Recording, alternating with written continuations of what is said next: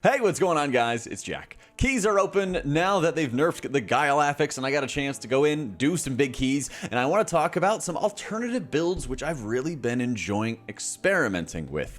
We're also going to talk about some of the frequently asked questions a little bit later on for disc, just kind of in general in a Mythic Plus environment. But the alternative build that I really want to talk about is a very shield heavy build. You can see it just over to the side right here, but basically you're taking points at a harsh discipline and painful punishment to go into borrowed time, into Divine Aegis, and then Aegis of Wrath. And so there was a lot of people talking about like Oracle disc and like super bubble boy setups and everything like that, and it didn't really get off the ground because your atonement healing behind it was really weak. And so this Void Weaver shield heavy build actually has been a nice solution to some of the problems that are thrown at you in very specific dungeons. I don't think this is the overall best build for every dungeon and every situation, but I think that there's a few dungeons out there, notably Dawnbreaker, where there's very consistent single target damage that's going to come out, and leaning on more of your absorbs can actually go really, really far in helping you sort of like recover from some of that incoming pressure. And so the idea would definitely be moving more towards like haste as always, and then trying to get more crit.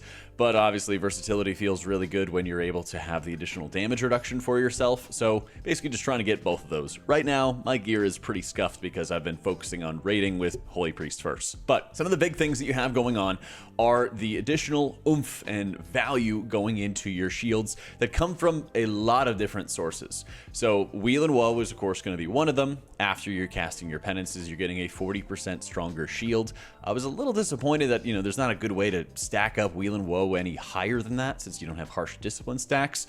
But after experimenting with it enough, I realized it wasn't too big of a deal and that just having the 40% on its own feels really strong. You also have your tier set bonus, notably, where your smites and penances are increasing your next shield. And so you have some insane variance between how strong your shields actually are able to get. You have an 80% modifier with Rapture, up to 40% with Wheel and Woe in this build. And of course, you have your tier set bonus on top of it. And your mastery is increasing shield value if you have atonement already on the target. So you have, 4 or 5 different modifiers you can leverage to increase the value of your shields onto your allies. And when you play with it correctly, you're able to really beef up some huge shields to help your allies through some of the worst situations. So let's talk about how you're going to use it. For one, using Rapture, you are activating the cooldown of the ability the second you cast it. But those shields, you can choose to cast really whenever you'd end up liking to do it. So what you can do is you can very easily use your stacks of your tier set bonus and use Wheel and Woe, already have atonement on the target with like a shield, with a like Radiance or with a Flash Shield proc or something in advance. Put a shield on him with Rapture by activating the ability, and then use smites, penances, your usual damage setup as you need to build up more stacks, add shields on. Build up more stacks, add shields on. And so what you do is you kind of supplement your usual damage profile, your usual rotation by weaving in shields a little bit here and there. So if I'm going into a pack and I kind of expect a few different people to be taking damage, I'll do my usual, like activate my Rift either before or after. I've kind of done a bit of both this season, but I'll get my atonements up with Radiance, get my Rift out, get my pet out, Mind Blast into Penance, into, Smite, Shadow or Death, Halo, if you're running it, all of that, right? Getting that out there. And then in between, you're hitting usually your Void Blast or your Smite and your Penance on cooldown about as often as you can. And so what you're able to produce is that in between those moments, you can kind of weave in those Rapture shields onto allies, taking those big hits and kind of helping you do a little bit more spot healing as you're in between your Rift or you're in between your Squid or just kind of in between cooldowns or if someone's taking some extra pressure. Again, in Dawnbreaker, it's really insane because the dots from like the lieutenants themselves are really long, deal heavy amounts of damage, and what usually happens is once they've taken a couple hits, you can shield them, and then as you're smiting and penancing, you're pushing up their health bars as the absorb is kind of dealing with the debuff. It's dealing with the incoming damage. So their health bar is moving up while the shield is getting itself depleted. Makes it a lot easier to sort of smooth out everyone's health as you're getting into higher level keys, especially when you have to deal with additional burst damage. Now that being said, there are a few downsides that are coming into this as well. The notable downside is losing out on Harsh Discipline. I'm sure that was the very first thing people saw when the talent build gets pulled up, is like, well, what do you do without Harsh Discipline? Well, you feel a little bit worse when it comes to incoming burst AoE, and the first dungeon I tried it was Dawnbreaker, and the AoE going off from a Nubakaj. You know, I thought I had big enough shields on everybody, and I had a super strong shield on myself and a really weak one on the Druid, and my burst AoE wasn't enough. I wasn't as well prepared as I needed to be in that dungeon. And so what you have to do is just kind of play around, both knowing when you have very strong shields to benefit from Wheel and Woe, your tier set bonus, all the things I mentioned before, and you need to make sure that you're supplementing your burst AoE either by timing your rift detonations really well, you know, kind of deploying your rift before a Nubakaj's AoE is going off so the rift explodes at that time. You can also use cancel aura macros where it's just / cancel aura space entropic rift. I don't love using the cancel aura for it, but in an emergency, you could possibly take advantage of it. And also just making sure you're kind of just timing your resources better is really the perfect answer for it. And so knowing that you have like worse burst output, it helps you sort of plan your next steps as to how you're going to be able to better protect your allies. So the dungeons I think that this is actually good for is things like Dawnbreaker, things like Necrotic Wake. I did try it in Stone Vault on accident, and I did not love it in there because that dungeon is chocked full of huge AoE, but it's also just in general really good when you need to support your tank a lot. Notably, you know, people have talked about how tanks have felt kind of polarizing this season, where some of them feel like they're just a brick wall and unkillable. Others feel like they're kind of made of paper, and it's never a bad thing to just have some additional support for them if you're a little bit unsure. But it's also important to think about, depending on the key level that you're running, like what's going to kill you. If you are consistently well prepared as a Disc Priest for the unavoidable damage that you know is going to happen, well, it might feel fine at lower level keys to run with this build more frequently if you know it's going to help you in the areas you're weakest at when someone stands in goo and you need to have something on hand in order to pick up their health bars. So like I said, I think at the highest level of keys, this could be more of like a niche build to take advantage of in certain dungeons to really help you when you're not as strong and you're not as powerful. But as I mentioned, it does come at a pretty big cost for some of your burst AoE, and so you got to be careful with it. You can also change up a few different talents on hand. You know, Crystalline Reflection's a decent one for just extra damage. It doesn't do a huge amount of healing on its own, but it does something. I did end up trying to run uppies with this setup because I was thinking, I'm like, oh, well, if you're only getting like half value out of Wheel and Woe, you're not getting Harsh Discipline, yeah, maybe you could run it. And man, uppies is super annoying. I was in Grimbatol and I start using it and I think I'm at a safe spot and then I have to go cancel it and then I have to, you know, continue moving.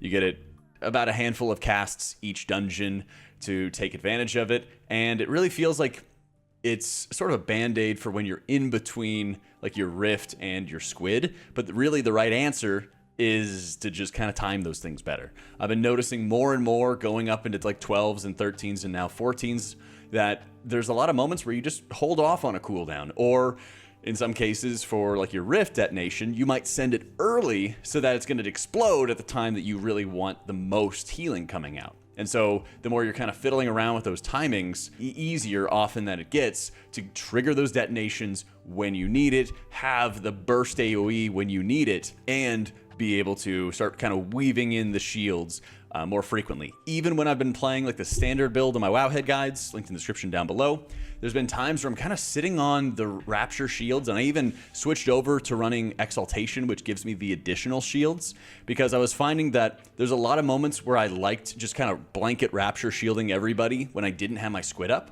But as I got more well prepared for the damage, I realized that like having a couple of Rapture shields available to hit on a moment's notice in like big AoE, where everybody is taking equal damage, but not everybody has the same defensive strength. There are these moments where casting that buffed up Rapture shield with or without this bubble build is insanely nice, just to kind of clutch out a quick absorb onto somebody who's taking a little bit more damage than everybody else because they're less defensive. Notably, myself, the priest, or, you know, in my times running with the Boomkin, or if I know like the Aug Evoker doesn't have any defensives up or something along those lines. There's been a few different situations where I didn't really need to put out Rapture shields immediately, or didn't need to put it out before the incoming damage, and so I kind of held off onto those shields, and then I would have, you know, one or two of them available as the end of the AoE was happening to sort of clutch out some extra life-saving absorbs or something like that to keep everybody safe.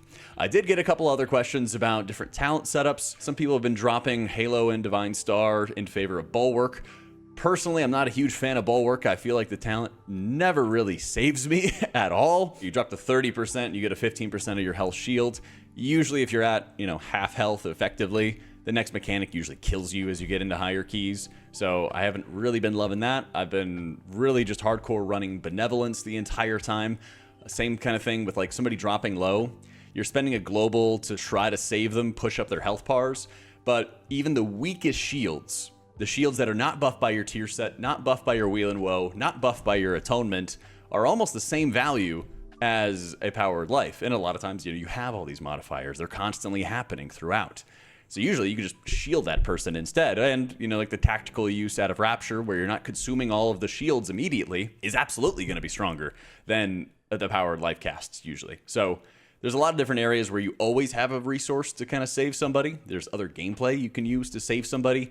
And so I've not run any Powered Life in any of my keys thus far this season. I also get a lot of questions about Malicious Intent, which is the longer duration onto Schism. This one is also something I almost never really run. Basically, what it does is it gives you 6 more seconds on your Schism. And so it guarantees that your Rift is always going to get that 10% damage buff for the explosion.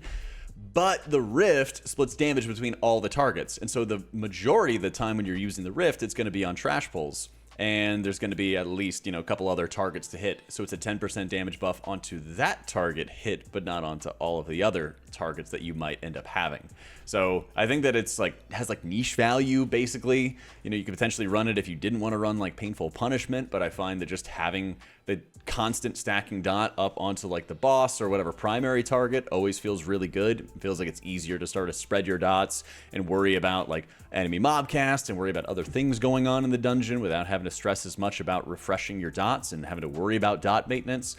And I feel like there's a lot of areas where you are basically out of Void Blast, or you might get 2 or 3 extra Void Blasts buffed by 10% by taking Malicious Intent, and that's really going to be about it. So there's a lot of times where I'm not a huge fan of that talent. It's okay, and there's a few different talents that are just fine for the current setup, but not super advantageous. Last thing that comes to mind is using your Rift and using your Squid. This is something I get asked about a ton, and a lot of times people kind of want to always make sure they're pooling them together and using them together whenever possible, especially when they're a few seconds difference. And honestly, I gotta tell you, don't really stress too terribly much about it. Your Rift and your Shadow Covenant uptime are both very strong, and they're insanely strong together. There's certainly some boss fights where you want to pool them together. I was doing that on Edna, for example, where we're not popping any spikes and I'm just having all of my resources together to just blast tons of healing and push up health bars fast. It works great for that. But there's a lot of different times where you might have a boss fight freaking Big Joe, I don't know.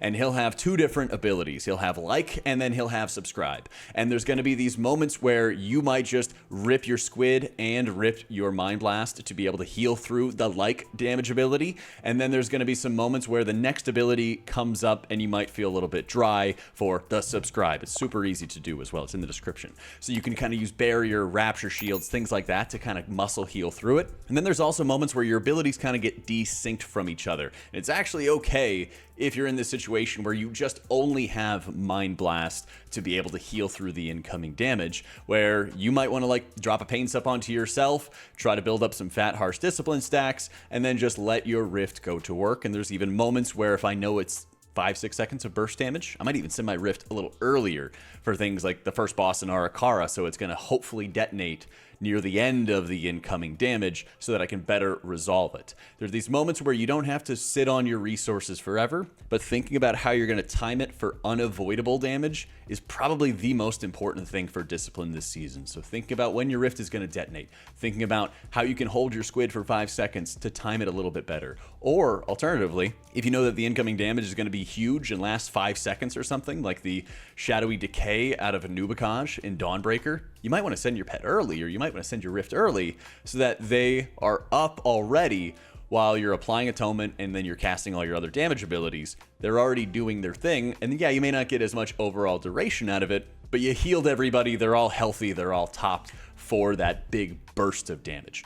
course, damage patterns are going to vary fight by fight, but it's something to always kind of consider with how you leverage your resources, because I think Disc is super strong this season, but it can be very punishing if you are not using those resources that you have on hand correctly. You can quickly go from having infinite healing 1 minute to kind of like zilch the next. So kind of keep those things in mind.